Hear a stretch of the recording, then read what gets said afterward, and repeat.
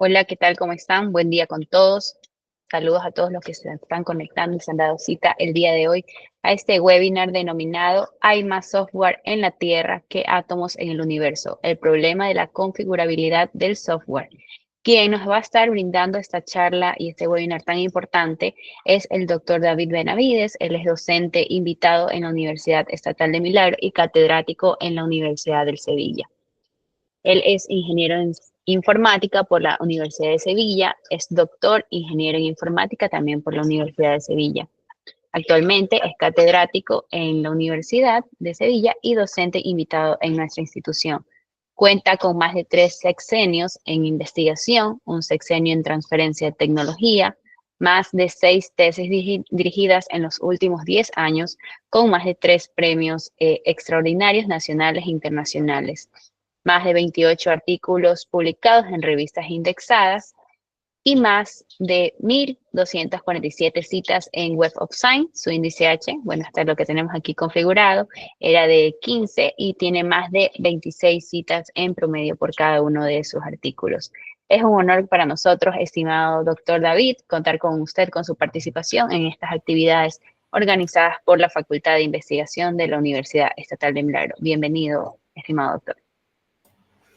Muy bien, muchas gracias. Pues un placer para mí participar como siempre con la UNEMI. Bienvenidas a todos y a todos. Es una pena que no podamos participar ahí en directo porque estas actividades muchas veces se hacen más amenas en cara a cara, pero bueno, aún así vamos a intentar hacer una presentación. Yo la he preparado de manera divulgativa, de tal manera que tiene, si se dan cuenta, un título algo provocativo, que pretende ser provocativo, en el que hay más software en la Tierra que átomos en el universo, ¿no? Y vamos a hablar del problema de la configurabilidad del software. Yo voy a asumir que no todo el público es especialista, por lo tanto ingeniera de software o de sistemas o informático, sino que voy a dar una perspectiva que va a servir a este tipo de perfiles, pero también eventualmente si hay alguien de educación, si hay alguien de incluso medicina, de cualquier otra área, pues al menos los aspectos principales los vamos a poder observar. Son más que bienvenidos en hacer preguntas o interrumpirme. No sé cómo tendrán planeado el tema de las preguntas. Entiendo que pueden hacer intervenciones por el chat si quieren o eventualmente levantar la mano y podremos parar en cualquier momento. Yo calculo que mi intervención depende de cómo vayamos, pues puede ser entre 40 minutos y 1 hora y si tienen algún punto en el que sea más interesante ahondar en algo, pues lo vemos, ¿de acuerdo? Bueno, vamos a ello. He tenido una amable presentación, pero me gustaría resaltar que esto no es un trabajo que hago yo solo. Este tipo de cosas que estudiamos en la Universidad de Sevilla y que colaboramos con la UNEMI, pues la hago conjuntamente con muchas personas. Algunas de esas caras seguramente les sean conocidas por ustedes. Hay docentes de la UNEMI que vienen colaborando con mi laboratorio de investigación. Yo coordino el laboratorio de investigación denominado Diverso Lab, en el que estamos personas pues de distintas áreas, todas relacionadas con la informática, pero que se complementan con áreas que van desde la educación, la medicina, el software libre y otras aplicaciones sociales que van más allá de la informática. Somos relativamente conocidos, de verdad que hemos dado algunas métricas ahí que amablemente me han señalado la persona que me ha presentado, pues nos han dado algunos premios con respecto a esto que vamos a hablar hoy, con lo de la configurabilidad del software, el problema de la configurabilidad del software. Nos dieron el premio al artículo más influyente en el área, que eso quiere decir que se supone que en los últimos más o menos 20 años, cuando nos lo dieron en 2017, pues había sido el artículo que más impacto había tenido en el área, en el que discutíamos precisamente o dábamos alguna solución parcial al problema de la configurabilidad. Yo no me voy a meter en los detalles, como he dicho, los detalles técnicos de esas soluciones, pero sí voy a intentar dar una visión, un resumen de los problemas que ahí tratamos, ¿no? Bueno, volvamos al título de la charla. El título de la charla dice: hay más software en la Tierra que átomos en el universo. Para hacer esta afirmación, sabemos que en ciencia debemos ser rigurosos cuando hacemos afirmaciones, vamos a preguntarnos si realmente esta afirmación tiene sentido. Después veremos si eso deriva en el problema de la configurabilidad del software, pero primero hay que hacerse la pregunta: ¿hay más software en la Tierra realmente que átomos en el universo? Y para eso nos tendríamos que preguntar cuántos átomos hay en el universo. Esto es un problema que nos atacamos los informáticos, o no directamente. Seguramente ahora, con la ayuda de la informática, se puede hacer unas estimaciones, pero desde luego es un problema que se ataca desde estimaciones. Nadie ha tenido un laboratorio suficientemente grande como para contar uno a uno cuántos son los átomos que hay en el universo. Pero sí que hay estimaciones que con modelos, distintos modelos físicos, que dan un número de los átomos que habría en el universo que se conoce como el universo observable, digamos, porque como no está claro si el universo es infinito o no es infinito, pues podemos decir que vamos a hacer la estimación sobre el universo observable. Supongo que si a nadie le ha dado por preguntarse esta pregunta, pues no tendrá que saber cuál es ese número. Yo en su momento, cuando estudiaba estas cosas, tampoco me lo sabía, pero es un número grande.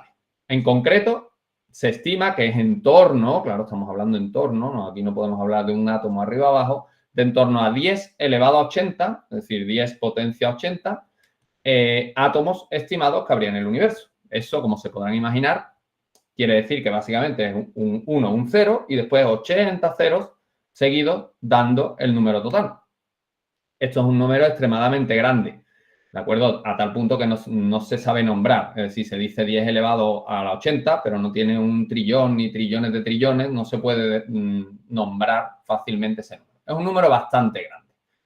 Y siendo un número bastante grande, tendríamos que entonces preguntarnos la siguiente cuestión, que sería, bueno, muy bien, ¿cuántos software hay entonces en la Tierra? Porque si en el universo hay esa cantidad tan grande de átomos, tendremos que preguntarnos cuántos software hay en la Tierra para saber si la afirmación que decía de que en la Tierra hay más software que átomos hay en todo el universo, si es realmente cierta, ¿no?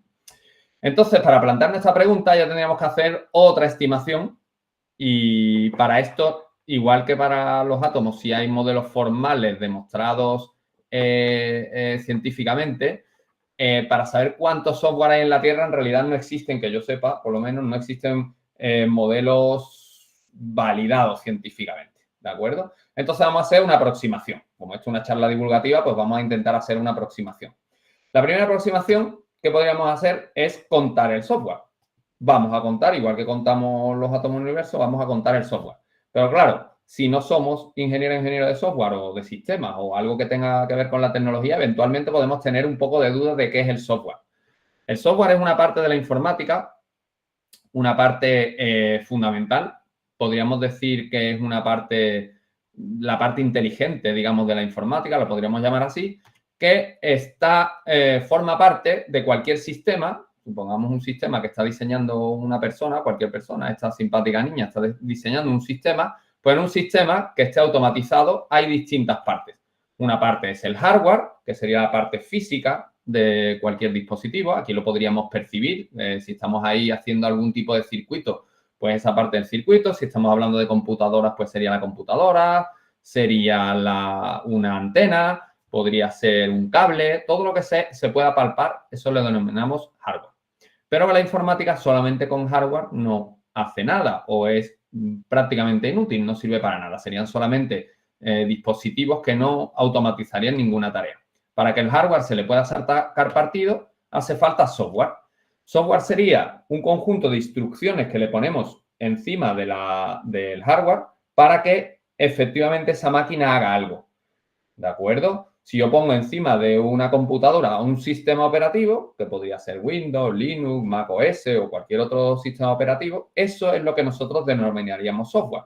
Hay distintos tipos de software, desde software de sistemas empotrados, por ejemplo, que podemos encontrar dentro de un semáforo o que podemos encontrar dentro de un reloj digital, hasta software que nos facilita la vida haciendo labores de gestión, como puede ser esta misma charla que estamos haciendo a través de Google Meet, que es otro software que me permite hacer otros dispositivos. ¿Qué es lo que pasa? Que hardware y software en la informática han trabajado conjuntamente para resolver muchísimos problemas, pero usaban también una pata, la tercera pata de la informática, que son los datos o la información, que ha ido cogiendo cada vez más importancia. Ahora se habla de que estamos en la era de los datos y que los datos son, de alguna forma, el petróleo del siglo XXI. Es decir, ahora el valor dentro de la informática, hubo un tiempo en el que estaba en el hardware o hubo otro tiempo en el que estaba en el software y ahora estamos transitando hacia la era, o ya hemos transitado hacia la era en la que el valor está en los datos. Permítame plantearle que esta afirmación está empezando a cambiar también porque cada vez, debido a que ya los volúmenes de datos son muy grandes, se podrán imaginar a través de las redes sociales, a través de la web, a través de sensores de todo tipo, pues está empezando otra vez a coger más importancia, porque esto es algo así como un ciclo, la parte hardware. Porque en la informática todos esos volúmenes de datos tan grandes no se pueden tratar, no se les puede sacar partido si no se utilizan unos hardware específicos.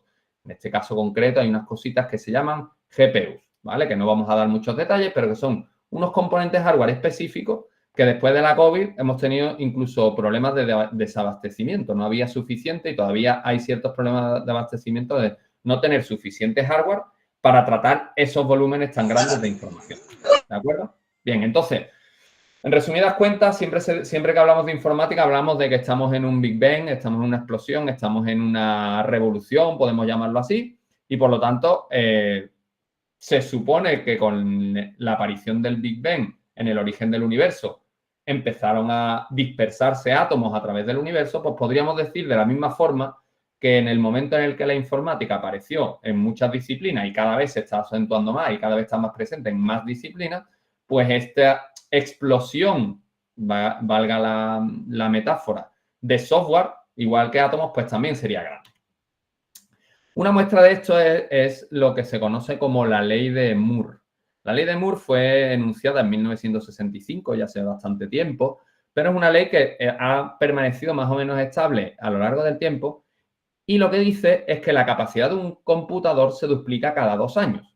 Es decir, si yo tengo un computador de una capacidad X en este año, dentro de 2 años tendré un computador que doble esa capacidad, sería 2X. Y así iría aumentando cada año más. Si cualquiera que haga un poco de matemáticas podrá ver que esto es un crecimiento no lineal, que es un crecimiento que se acerca exponencial.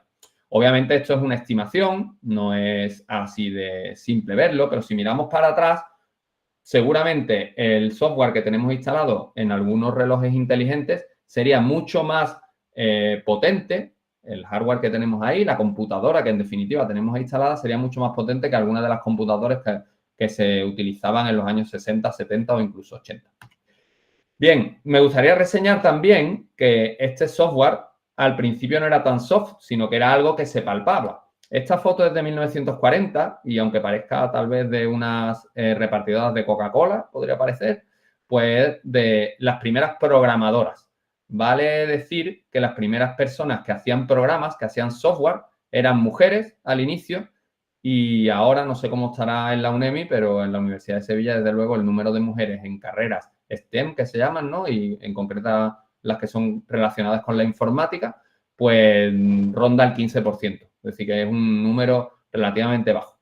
Bien, decíamos que el software ha ido evolucionando. Este era un software que se parecía más a hardware porque los programas, digamos, se tocaban todavía y eso ha ido evolucionando hasta que tener lenguaje de programación, después hablaremos un poquito más, de alto nivel, que te permite hacer muchas más cosas con menos espacio de tiempo, ¿no? Si hablamos de átomos, que es la metáfora que estamos teniendo, si yo les presento esta imagen, podrían pensar que esto es la imagen de un átomo. Tiene se parece, digamos, si hemos dado alguna vez física o nos han presentado átomos, bueno, más que un átomo podría ser una molécula, ¿no? Que está formada por varios átomos. Pues esta es la foto de 2018 de los archivos de un programa grande, de un software grande, digámoslo así, en este caso de un sistema operativo. No daremos muchos más detalles, pero si se dan cuenta, ahí hay aristas y nodos que relacionan, digamos, esas, digamos, moléculas, trozos de software que componen un sistema más complejo, ¿vale? Bueno, pero volvamos otra vez a la pregunta, ¿cuántos software hay en la Tierra? Ya sé lo que es el software, ahora quiero contarlo. Si yo tuviera que contar las computadoras, contar el hardware, hay estimaciones más o menos fiables de cuántos hardware hay en la Tierra. Sin embargo, contar el software puede ser un poquito más complejo. ¿Cómo lo haremos? Pues hagamos alguna primera aproximación. Nos vamos a ir a alguna factoría de software. ¿Qué es una factoría de software? Bueno, podríamos definirlo de distintas formas, pero podríamos decir que es allá donde se aloja la producción de software. Sí, igual que tengo una factoría para fabricar bicicletas y tendré una línea de producción de bicicletas, pues en este caso tendría una línea de producción de software. los ingenieros de software nos dedicamos a producir software y hacerlo de la manera más eficiente. El sitio donde se alojan, un sitio universalmente conocido donde se alojan los proyectos de software, es lo que se conoce como un repositorio de software.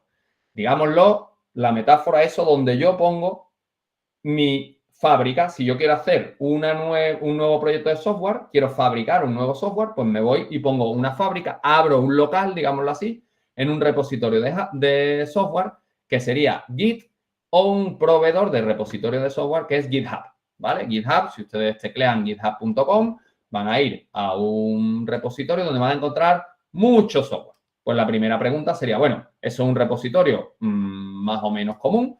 ¿Cuántos software hay ahí alojados? Si conteamos, ahora mismo se meten en la página que yo enlazo ahí y hay más de 420 millones de repositorios. Si hacemos la analogía que un repositorio es un software, podríamos decir que hay alrededor de 420 millones de proyectos software, ¿vale? Eso sería, calculando, haciendo una simplificación, 4.2 por 10 elevado a 8. Esto es un número bastante grande, pero recordemos que yo dije que el tamaño estimado de número de átomos que hay en todo el universo observable era de 10 elevado a 80. Es decir, todavía estamos muy lejos de ese número. Por lo tanto, no parece que la afirmación que yo he hecho al inicio de que hay más software en la Tierra que átomos en el universo sería cierta. Bueno, pues vamos a seguir escarbando. Si nos vamos a otro sitio donde pueda haber software, si alguien piensa, lo de GitHub, esto es solo para ingeniero, esto no lo entiendo yo soy un usuario normal y yo donde voy a buscar software, mi tienda de software, ¿cuál es? Por lo que se conocen como los stores o las tiendas, ¿vale? Una de ellas puede ser, por ejemplo, cuando yo voy a un celular y yo quiero instalarme aplicaciones, ¿verdad?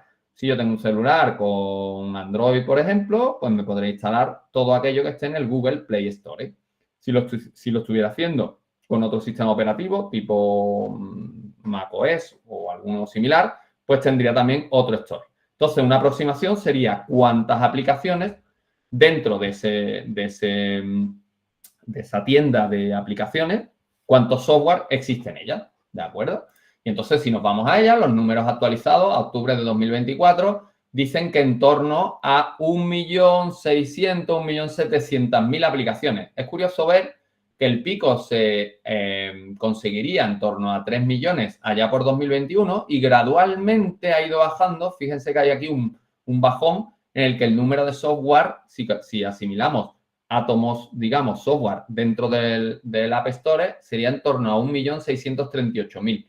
¿Vale? Esta explicación del bajón es una explicación que, habría que buscarla, pero en mi opinión es porque las políticas para almacenar átomos, digámoslo así, para almacenar software dentro de estos gestores, ha ido cambiando pues, por aquello de la protección infantil, de seguridad y tal. Entonces, parece que a inicios del 2024 pusieron unos requisitos más estrictos, lo que haría que eventualmente algunas se bajaran. Pero bueno, no nos metamos en esa discusión, me da igual. Podrían ser 3 millones, podrían ser 1.600.000. Esto sigue siendo un número incluso inferior al anterior.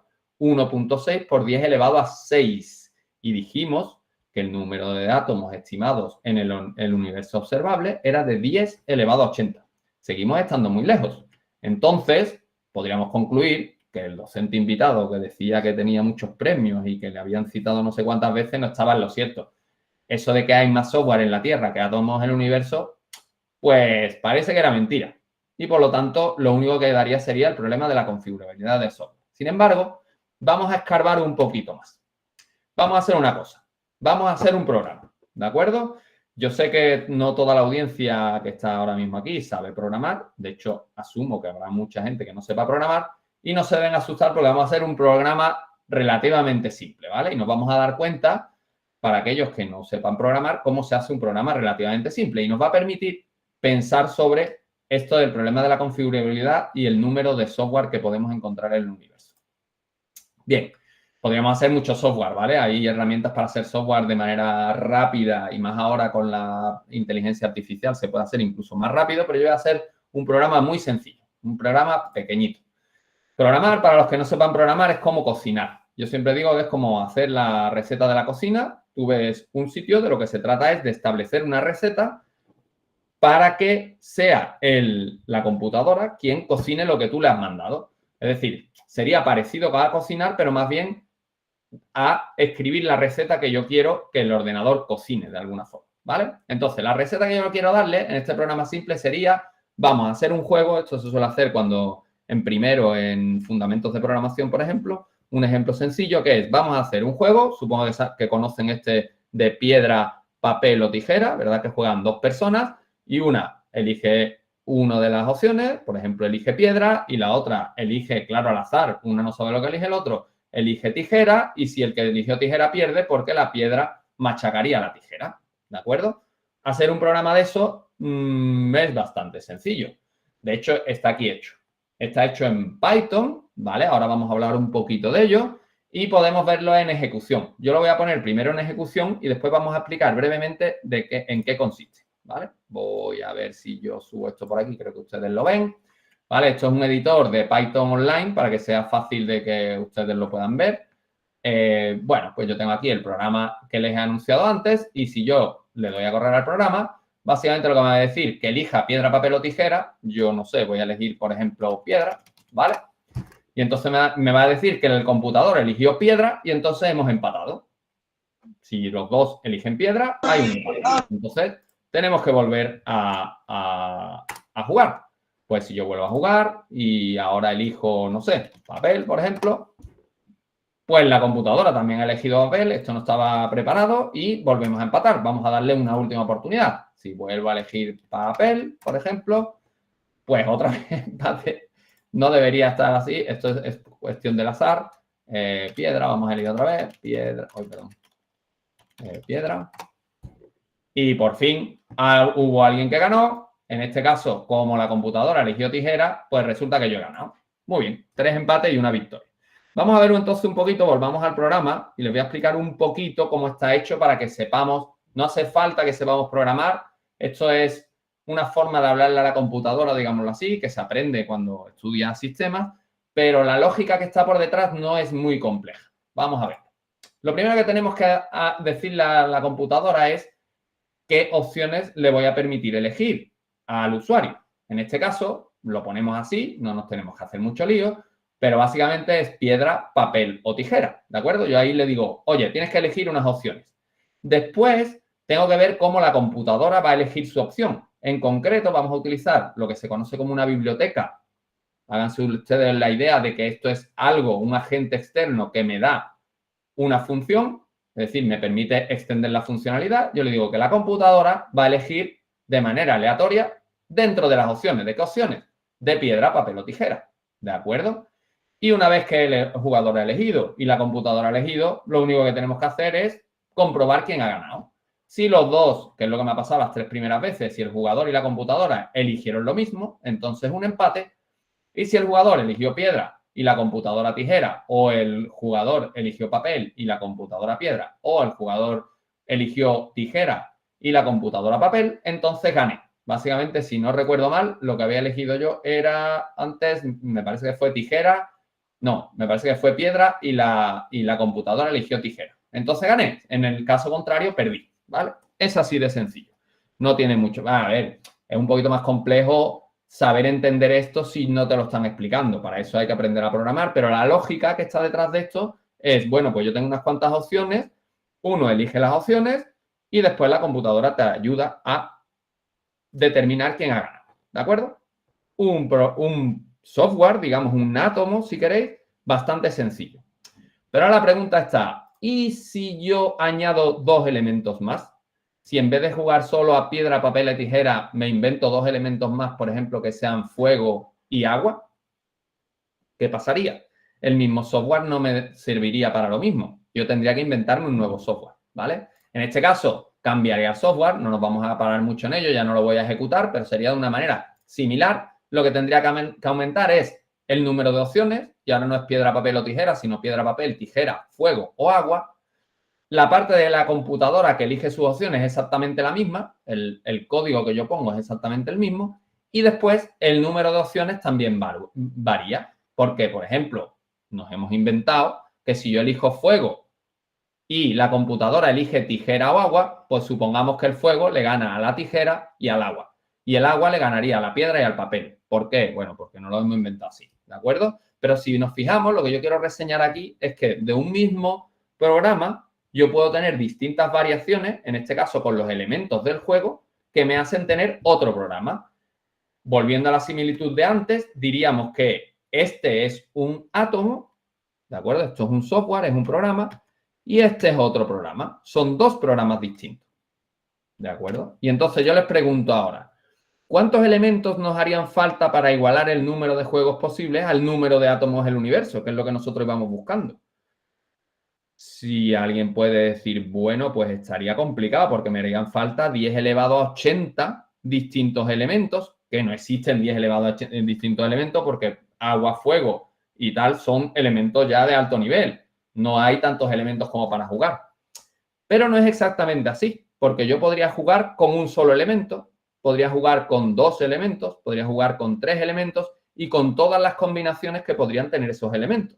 Entonces, en teoría, si yo hiciera en torno a 266 elementos solamente, si yo cogiera 266 elementos, pues ya ustedes se pueden imaginar, pues si cogía agua, fuego, papel, pongo harina, pongo azúcar, pongo las reglas que yo quiera y después establezco cuáles son las reglas que van a hacer quien gane en esta situación, pues entonces tendríamos en torno a 10 elevado a 80.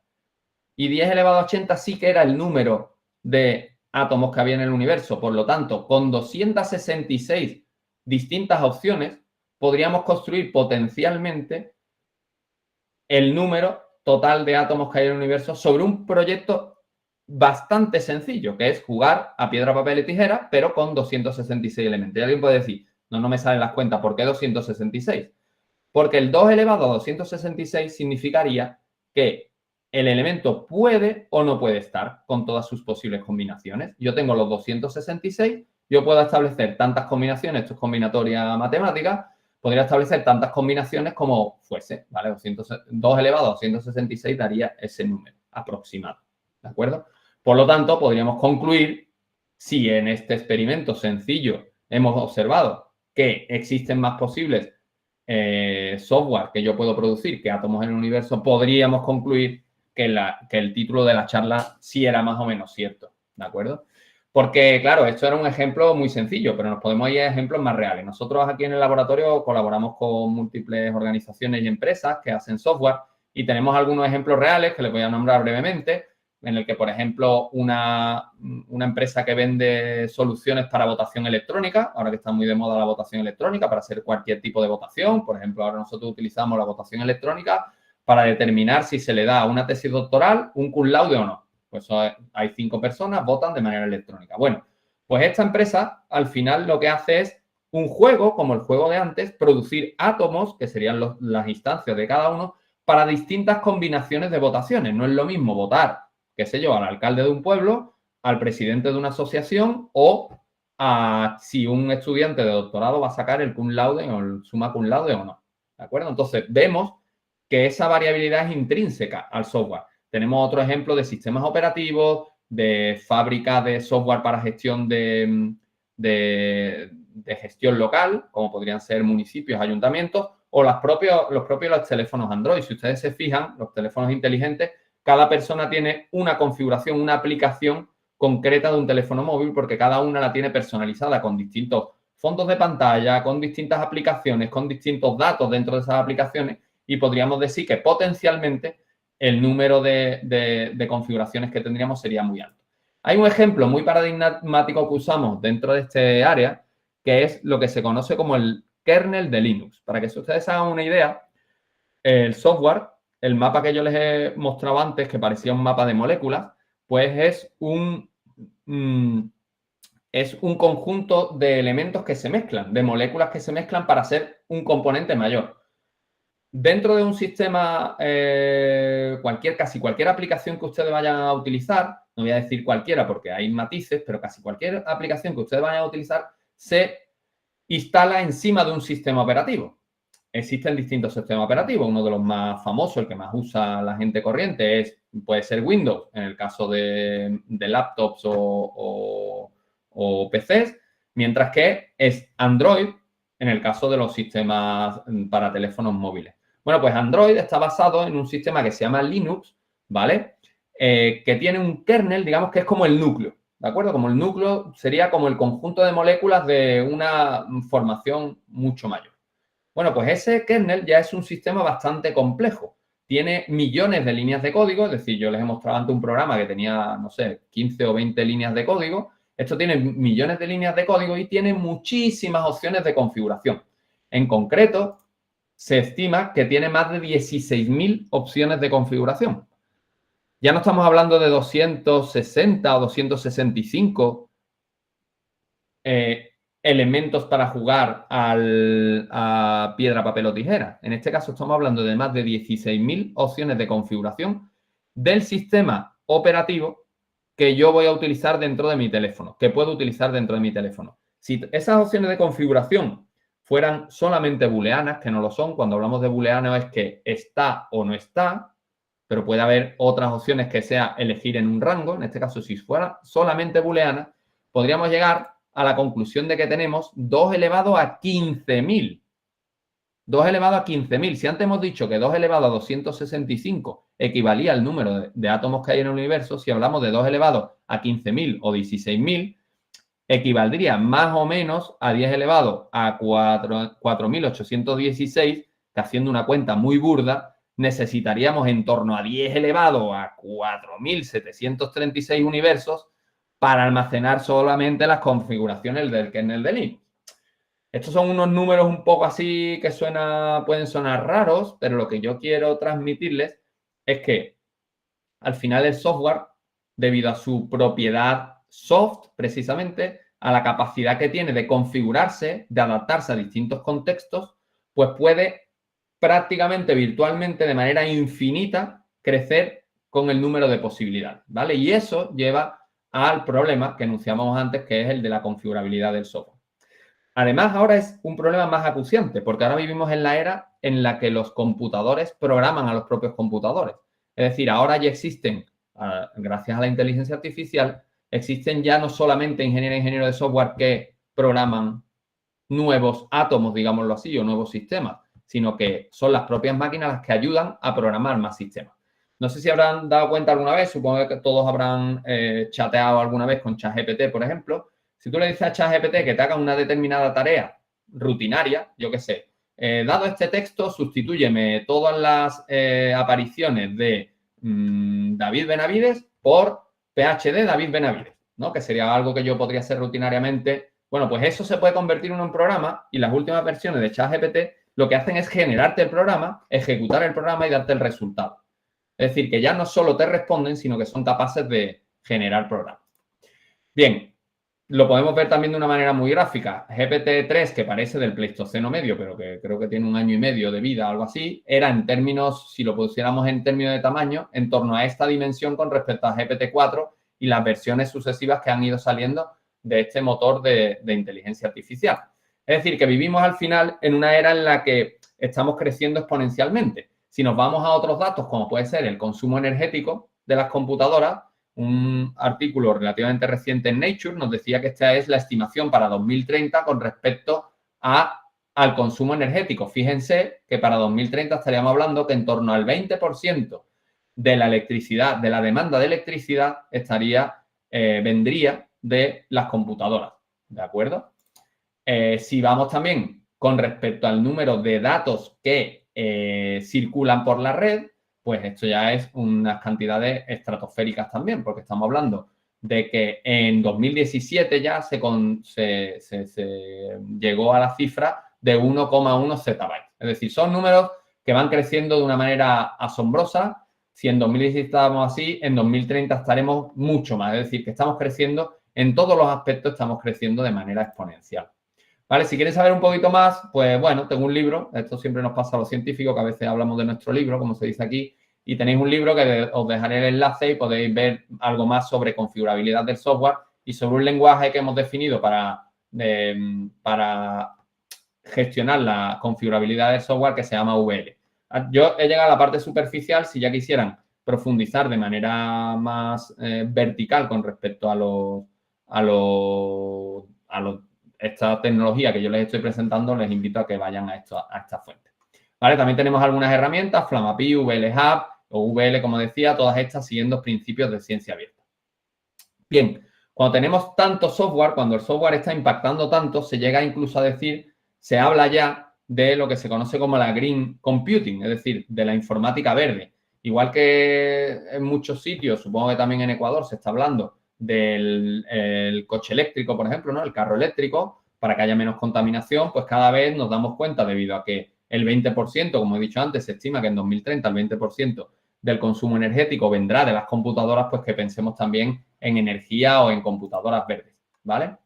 Bien, ¿cómo podemos hacer para avanzar entonces en esta nueva era? Porque estamos en una era en la que la informática va creciendo mucho, el número de átomos que tenemos va creciendo mucho y yo les quería presentar en esta parte final de mi charla cómo humildemente desde la Universidad de Sevilla y desde la UNEMI hemos trabajado para abordar algunos de esos problemas. Los problemas que hay ahí son casi infinitos como los átomos que hay en el universo. O sea, estudiar todos los problemas que hay es muy complejo. Nosotros nos hemos centrado en resolver algunos de ellos. En concreto, perdón, con estas caras que les resultarán conocidas, especialmente el excelentísimo rector, la vicerrectora, Patricio Álvarez y algunos docentes de la Facultad de Ciencias Informáticas que tienen por ahí, o Ciencia de la Ingeniería, creo que se llama allí, con los cuales, bueno, a través de ciertos convenios y tal, tuvimos la capacidad de engañar, como digo yo, a algunos de ellos para que hagan un doctorado. Entonces, con ellos trabajamos algunos temas que yo les voy a resumir a continuación. Nos centramos en tres aspectos que tienen que ver con este boom que les decía. Por una parte, el pensamiento computacional, por otra parte, el software libre y por otra parte, las líneas de productos software. Les resumo brevemente. El pensamiento computacional, la primera área en la que nos centramos, con 2 tesis doctorales, sería aquel pensamiento que está detrás de cómo te relacionas con las computadoras. Cuando tú te relacionas con las computadoras, tienes que pensar de una forma que podría asimilarse al pensamiento matemático, pero que la teoría dice que es un pensamiento propio. En concreto, esto fue algo que en los años 80 promulgó Sigmund Papert y después en el 2006 ya se hizo más famoso con Janet Wing, que, resumiéndolo mucho, tendría la relación entre el pensamiento computacional, la ciencia de la computación y algo de programación. Es decir, cuando hablamos de pensamiento computacional no estamos diciendo ninguna de esas tres cosas, sino la intersección entre ellas. Programación, ciencias de la computación y lo que sería entonces el pensamiento computacional, ¿vale? Bien, para hacer esto, para activar el pensamiento computacional, siempre nosotros hemos apostado porque no sea algo solamente para ingenieras e ingenieros. Nuestra visión es que la programación o el pensamiento computacional es cada vez más importante en todo tipo de disciplinas. Y para eso se utilizan distintas actividades, unas que se llaman desconectadas, podemos hacer juegos con puzzles o juegos de mesa que me ayudan desde la infancia a desarrollar el pensamiento computacional, la robótica, etcétera. Puede haber lenguajes de programación textual que son parecidos a los que yo les he mostrado antes, como pueden ser Java, C++, Python o cualquiera de estos. Y después hay unos entornos visuales basados en bloques que se llaman Scratch o Alice, por ejemplo, que te permiten introducirte en la programación sin ser un máster, digámoslo así, de los lenguajes de programación más ingeniería, ¿de acuerdo? Bueno, pues nosotros nos basamos en los entornos visuales basados en bloques y gracias a la tesis de la PhD ya, Yesenia Cárdenas, lo aplicamos y lo estamos aplicando también. Hay un proyecto de investigación en marcha que está implementando todas estas técnicas dentro de las escuelas de Milagros, hasta lo que yo sé, en todas las carreras de la UNEMI, a partir de esta tesis doctoral que dirigimos, se estudia pensamiento computacional. Todas las personas hacen de alguna forma un programa, aunque no se vayan a dedicar a la programación, puede ser a la medicina, a la enfermería, a la comunicación, pero todas tienen una noción y con ella publicamos algunos artículos en revistas relevantes. En otra tesis, la de la decana, la actual decana de la FACI, Mariuxi Vinuesa, lo que hicimos fue dar un paso más, porque aquí en esta tesis utilizábamos Scratch, que es un lenguaje que es accesible para niños que pueden ir desde los 4 o 5 años en adelante, pero nos dábamos cuenta que en el caso de carreras de ingeniería informática o relacionadas con la informática se quedaban un poco cortos. Entonces lo que hicimos es utilizar otro lenguaje que se llama Alice, que es un poquito más avanzado, pero que tiene la misma filosofía. Con ella también publicamos en sendas revistas y también hemos estado aplicando estos resultados dentro. Ahí tienen fotos de compañeros y compañeras suyas de promociones con la UNEMI. Y además siempre pensando en el contexto en el que se hace la investigación. Hicimos una publicación en la que nos dimos cuenta de que la mayoría de las investigaciones relacionadas con esto se hacían en Europa, algunas en América del Norte, otras en Asia, otras nos especificaban, pero muy pocas o ninguna, en nuestro caso, no encontramos ninguna que se hiciera dentro de América Latina. Es decir, que al nosotros publicar estas publicaciones que hicimos, pues digamos que pusimos a la UNEMI en el foco de la vanguardia de lo que sería el pensamiento computacional, o al menos así lo veo yo. Otro de los temas que está relacionado con el sitio en el que se desempeña la investigación es el software libre. El software libre, lo voy a resumir muy brevemente también, el software libre sería algo así como las recetas libres, ¿no? La receta, he dicho antes que un software es como una receta, pues sería la receta de mi abuelita para hacer un bizcocho, que todo el mundo conoce y todo el mundo puede compartir. Existen otras recetas, como puede ser la de la Coca-Cola, que no se conocen. Eso sería el software privativo, ¿de acuerdo? Esto hay una discusión que se conoce dentro de la tecnología. Para que sea software libre tiene que cumplir unas propiedades de ejecución, de redistribución, de cambio, que no me voy a meter ahora mucho, pero básicamente eso permitiría hacer el software, digamos, más democrático, podríamos decirlo así. ¿Vale? Al principio de los tiempos, el software libre era visto como, no sé, algo así como antisistema, como revolucionario, que nadie lo iba a utilizar nunca porque lo suyo era hacer Coca-Cola, digamos así, que no podía hacer que compartiéramos la receta de nuestra abuelita, del bizcocho. Sin embargo, en una noticia del mayo del 2020 podemos decir aquí que Microsoft, que era una de las vanguardias del software privativo, admitió que se equivocó en su guerra contra el software libre. Si nos vamos a Facebook, por ejemplo, o a Meta, pues tienen digamos, iniciativas relacionadas con el software libre, ¿de acuerdo? Bien, el software libre, ahí también en el Ecuador existen iniciativas para abordar y dar soluciones de software libre y con la tesis del docente Víctor Rea, lo que hicimos fue abordar cómo se podía hacer la adopción de software libre en organizaciones. Hicimos un caso de estudio que se aplicó dentro de la UNEMI también para soluciones que se habían hacer y elaboramos una guía que hemos publicado en un artículo que tiene ya no pocas citas, pero que es un artículo que está teniendo cierta referencia y estamos trabajando sobre otros artículos extendiendo esta guía. Después hubo otro par de tesis, que se relacionaron con esto que les he contado antes de la configurabilidad, en concreto con las líneas de productos software. Las líneas de productos software serían aquellas factorías de átomos, digamos, volviendo a la metáfora que dije antes, que me permitirían, por ejemplo, fabricar software para teléfonos móviles, para impresoras, para televisiones, para carros y para cualquier cosa que en definitiva tenga software y que necesite muchas variaciones.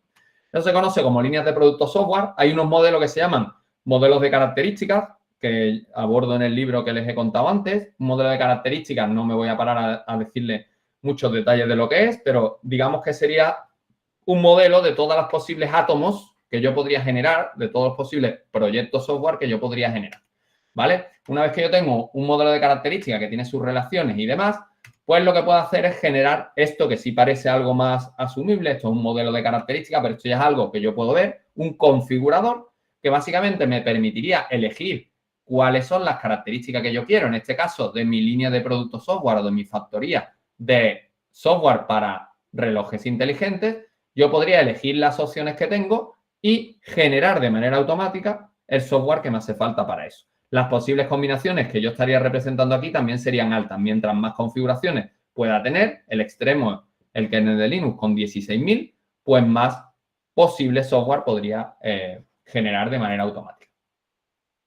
Con el docente Jorge Rodas hicimos una tesis que abordaba esto. Gracias a su tesis, digamos, podíamos dar una solución en la que tú no configurabas de manera ciega cuáles son las características que tú querías, sino que inspirado en lo que se conocen como los sistemas de recomendación de inteligencia artificial, que pueden encontrar, por ejemplo, en tiendas como Amazon, en Netflix, que te recomiendan una vez que has comprado un producto o has visto una película, qué otro ítem o qué película podrías ver o comprar, pues de forma parecida, utilizando técnicas de sistema de recomendación, enriquecíamos estas interfaces para que tú, cuando fueras a configurar, te recomendase cuál sería la característica que te haría falta, ¿de acuerdo? Y con eso publicamos también sendos artículos en revistas científicas y en el 2019, si no estoy mal, el actual docente Rodas pudo defender su tesis doctoral. En la misma línea, relacionado con la aplicación de líneas de productos software en el entorno empírico, la docente Ana Eva Chacón también defendió su tesis doctoral y hemos tenido sendas publicaciones también en revistas de impacto al respecto. Bien, yo quería, esto ha sido un poco la visión que yo les quería dar. Quería mostrarles que no solamente hemos investigado desde la Universidad de Sevilla, sino que también lo hemos hecho desde la UNEMI, en colaboraciones con la UNEMI, con docentes de allí, y que, bueno, que vemos una perspectiva amplia. Si nos ponemos a mirar qué pasa en el futuro, yo veo que habrá muchas cosas que vayan a cambiar. Vamos a necesitar nuevas habilidades, no solo en informática, vamos a necesitarlo en todas las disciplinas. El uso de lo que se conocen como LLMs, Large Language Models o Foundation Models, que son los que están detrás, la tecnología que está detrás de cosas como ChatGPT, van a cambiar totalmente la forma en la que trabajamos en todas las disciplinas. Nosotros hemos hecho proyectos utilizando estas tecnologías, añadiéndole configurabilidad en disciplinas tan dispares como la agricultura y el marketing digital, por decir dos cosas que en principio no tienen nada que ver. ¿Por qué? Porque va a hacer falta o vamos a utilizar estas herramientas para generar cada vez más rápido aplicaciones que se adapten a distintos contextos. Y entonces nos va a hacer falta nuevas habilidades. Ya no será suficiente con saber programar o con saber de sistemas o con saber instalar algo o con saber de marketing conceptualmente, sino que tendré que ser capaz de relacionarme con este tipo de herramientas. También nos va a hacer falta nuevos códigos éticos. Estamos inmersos, yo siempre digo que en la universidad en general o la universidad en particular y la educación en general vivimos como el cuento del rey desnudo, no sé si lo saben, ese rey que iba desnudo, que nadie le quería decir que estaba desnudo y todo el mundo le hacía reverencia y él decía que llevaba un traje de oro, ¿no? Eso nos está pasando en la universidad en el sentido de que con estos cambios tecnológicos estamos todavía en muchas ocasiones siguiendo metodologías del siglo pasado. Y evaluar, por ejemplo, a los alumnos de manera memorística parece que ya no tiene ningún sentido porque la máquina tiene mucha más memoria que cualquier adulto que pueda hacer. Ya existen máquinas que le ganan a cualquier adulto o cualquier profesional al ajedrez, al Go, a videojuegos, a casi todo. Entonces, la memoria per se no parece que sea un elemento que va a ser distintivo. No digo que no haya que trabajar la memoria. Obviamente, tener buena memoria es interesante, pero que ya no va a ser el elemento central que distinga a las personas que lo hagan. Y en ese sentido, también tendremos que tener nuevos códigos éticos. Si yo ahora le encargo a un alumno que me haga un programa, si ese programa me lo entrega hecho con GPT o con Copilot, que sería otra tecnología que me facilitaría con inteligencia artificial generar un proyecto, ¿quiere decir que el alumno lo está haciendo mal? ¿Quiere decir que lo está haciendo bien? Vamos a tener que trabajar sobre ese tipo de cuestiones. Vamos a tener retos en ciberseguridad, porque la seguridad va a estar muchas veces, ya está pasando. Supongo que siguen las noticias y vieron que uno de los ataques en una guerra en curso, que por cierto aprovecho para condenar completamente la actitud de Israel contra Palestina, contra el pueblo palestino especialmente, pues una de las acciones más llamativas ha sido un ciberataque que ha permitido bombardear, digamos, de manera sincronizada a un conjunto de ciudadanos o de personas que llevaban unos determinados dispositivos electrónicos. Entonces, la ciberseguridad va a ir ganando aspecto porque además ahora ya va a estar basada en la inteligencia artificial también. Yo creo que tenemos que reforzar la creatividad. Ahora ya no es tan importante conocer cuáles son nuestras habilidades técnicas, que lo son. Yo puedo ser una persona muy hábil técnicamente, pero si me falta creatividad, creo que me va a faltar un elemento casi igual de fundamental o incluso más fundamental que lo que sería la propia técnica. Y también vamos a enfrentar y estamos enfrentando importantes retos en soberanía tecnológica. Los países, claro, si comparamos a España con Ecuador, podemos decir que hay una distancia muy grande, pero si comparamos a España con Estados Unidos, con China o incluso con Francia y Alemania, también existe una distancia grande. Y estas tecnologías ahora mismo se están desarrollando en sitios, en núcleos de poder muy concretos, y eso hará que la dependencia tecnológica sea cada vez mayor si no trabajamos por tener redes de soberanía tecnológica. En ese sentido también, y por concluir, me ha venido a la cabeza, haciendo esta charla, una reflexión que hace el filósofo coreano Byung-Chul Han en un libro que le llama La sociedad del cansancio, que hace que todo este tipo de evoluciones tecnológicas, si no las sabemos tratar muy bien, nos pueden llevar a situaciones de depresión, que también está pasando en el mundo actual, que cada vez hay más problemas de salud mental, ¿no? Porque la forma en la que nos enfrentamos a los problemas cada vez puede ser un poco más agobiante, si queréis.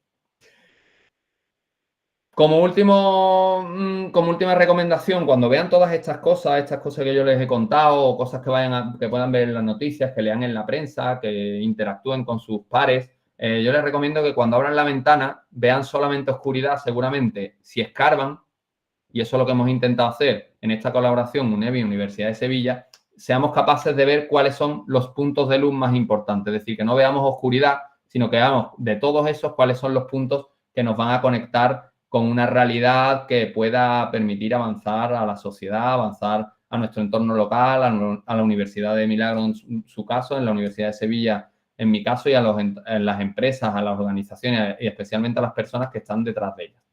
Con esto concluyo mi charla. Muchas gracias. Me pongo a la disposición de todos ustedes.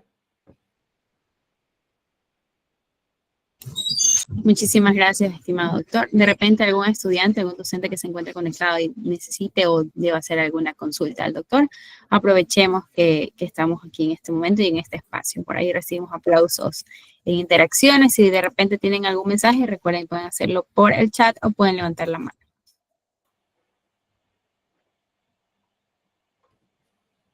Sí, hacerlo de manera online es un poquito, como suele pasar en las presentaciones, es un poquito más frío, digamos, y puede ser, pero por mi parte al menos no duden en, si tienen la curiosidad de hacerlo, o me pueden escribir también, ahí tienen mi correo electrónico, si tienen alguna inquietud o lo que sea, encantado de resolverla. Sí, realmente por parte de nosotros, estimado doctor, muchísimas gracias por haberse puesto a la disposición, pues, ¿no? En estos eventos que estamos organizando desde la Facultad de Investigación. Igual para todos los que se conectaron, recuerden que este webinar va a quedar totalmente grabado para todos los que se inscribieron, llenaron su formulario de inscripción, lo van a poder visualizar las veces que consideren necesario y asimismo pueden escribirle al doctor, me tomo su palabra, doctor, pueden escribirle en el correo de repente si tienen alguna duda, alguna consulta. Entonces, muchísimas gracias, doctor, muchísimas gracias a la doctora Ana Chacón también que la veo conectada y a todos los participantes que se dieron cita en esta mañana de hoy por acá en Ecuador y por allá en España. Hola. ¿Cómo está, doctor Patricio? Hola, ¿me escuchan? Sí, ahí lo escuchamos, doctor. David, buenos días. Felicidades, David, por tu webinar, aunque me conecté un poquito atrasado, pero muy interesante, como siempre, escucharte, David, a los tiempos. Felicitarte por el tremendo trabajo que estás realizando con la UNEMI y bueno, y por a animarte a seguir publicando con los profesores de UNEMI. El último fue muy bueno, fue una propuesta de análisis sistemático de la literatura y eso fue muy bueno. Nos ha guiado mucho por acá. Una pregunta que siempre se me viene a la cabeza, David, es que cada vez más los docentes de educación superior están utilizando la inteligencia artificial. ¿Hasta qué punto el uso de esta inteligencia artificial es recomendable? ¿Tú crees que en algún momento esta inteligencia, como aprende a cada día, a cada segundo aprende, va a llegar un momento que nos va a reemplazar? ¿O qué mismo va a pasar, David? Pues sí, a ver, es una pregunta muy interesante y que seguramente no tiene una respuesta única. O sea, solamente podemos hacer de momento algunas predicciones. Ya hay gente que ha estado trabajando sobre esto, sobre estas preguntas, ya hay algunas conjeturas. Yo tengo las mías propias también y me voy a permitir compartirlas, pero partiendo de la base de que no existe una respuesta absoluta ahora mismo a esa pregunta. Desde un punto de vista educativo, yo creo que al igual que cuando apareció Internet, nos parecía que teníamos que limitarlo y eventualmente que no permitiésemos hacer algo y ahora lo tenemos totalmente incorporado a nuestro día a día docente, es decir, ningún docente prepara su material. Yo para hacer esta charla he utilizado Internet, obviamente, he utilizado referencias, he utilizado libros, he accedido a Internet e incluso he utilizado la inteligencia artificial para algunas cosas. Entonces, todo el mundo en su día a día ya usa Internet. Pues lo mismo, exactamente lo mismo va a pasar con la inteligencia artificial. La inteligencia artificial va a ser una herramienta que va a estar ahí y todo el mundo va a utilizar. La pregunta está en cómo se va a utilizar y para qué se puede o se debe utilizar.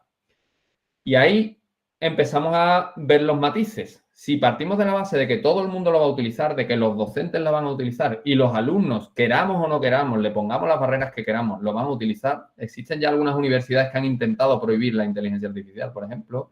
Una universidad que recuerdo en Nueva York dictaminó que era prohibido para los alumnos. Yo creo que esas prohibiciones no van a ser posibles. Es decir, que al final es como se dice aquí, no sé si se dice la misma expresión, ponerle puertas al campo. Simplemente es imposible. Entonces, lo vamos a utilizar. Ahora, una vez que asumimos que lo vamos a utilizar, ¿cómo lo vamos a utilizar? Yo a veces tengo contactos con alumnos que están en primero de carrera de software y entonces eventualmente vienen de sus estudios sin conocer cómo se programa, ¿no? Entonces, una de las asignaturas básicas es fundamentos de programación. Y fundamentos de programación, si tú das un determinado enunciado de un problema, se lo preguntas a ChatGPT o cualquiera de estos de inteligencia artificial y te va a generar la solución. Es decir, la solución te la va a dar. Entonces, la pregunta es, bueno, pues no le enseñemos a hacer programación porque ya sabe programar la máquina y, por lo tanto, me podría reemplazar en ese sentido, ¿no? En el sentido que tú decías, Patricio. Y mi respuesta ahí es que no. Es decir, que sí lo podemos utilizar para validar ciertas cosas, pero tenemos que saber todavía hacerlo porque, de alguna forma, vamos a ser nosotros los que tutelemos a las máquinas, nos vamos a basar en ellas, pero ¿quién va a tener el control? Yo entiendo que como seres humanos superiores, se nos supone, ¿no? No vamos a dejar ahora que las máquinas nos reemplacen totalmente. Las máquinas nos deberían asistir. Por lo tanto, digamos, la metáfora que yo pongo es como cuando un niño en primaria, una niña en primaria tiene que aprender a sumar o dividir. Podríamos decir que no aprenda a sumar y dividir, ¿verdad? Y que use la calculadora, porque desde hace tiempo la calculadora ya funciona. Pues aquí es igual. Es decir, la inteligencia artificial te va a ayudar a validarlo, te va a ayudar a validar si tu suma es correcta o no, o si tu programa era correcto o no, o matizarte o darte ideas para corregirlo, pero yo creo que sí que tienes que aprender todavía a programar. Y cuando digo programar, digo cualquier otra cosa, hacer una síntesis bibliográfica, a sintetizar un texto, porque si no lo hacemos, entonces efectivamente somos prescindibles. Si nosotros nos dedicamos solo a replicar lo que hace la inteligencia artificial, entonces sí que no hace falta, no hacemos falta para nada. Y yo creo que el control debe seguir teniendo el ser humano. ¿Qué cosas vamos a aprender, qué no? ¿Con qué código de conducta, con qué no? Por ejemplo, ¿qué lenguaje de programación hay que utilizar? Bueno, pues eso, la inteligencia artificial te dará lo que hay o lo que ha encontrado por distintas fuentes, pero ¿quién va a decidir cuál hay que implementar en un determinado grado o no? Eso yo creo que lo deben con la ayuda de las máquinas, pero tienen que ser todavía las personas las que lo hagan. ¿Eso quiere decir que va a haber trabajos que se van a reemplazar? Desde luego. Sería absurdo decir que no, que eso no y que vamos a poner leyes para que la inteligencia artificial no pueda hacer algo. Eso es como poner leyes para que no se utilicen las computadoras en su día o Internet. Eso va a ser algo que va a ir reemplazando. Pero, como decía antes, nos tenemos que centrar más en las habilidades desde el punto de vista de la universidad, desde mi punto de vista, en las habilidades que dan valor añadido. No en las repetitivas, que esas ya las hacen las máquinas muy bien, sino en las que dan valor añadido.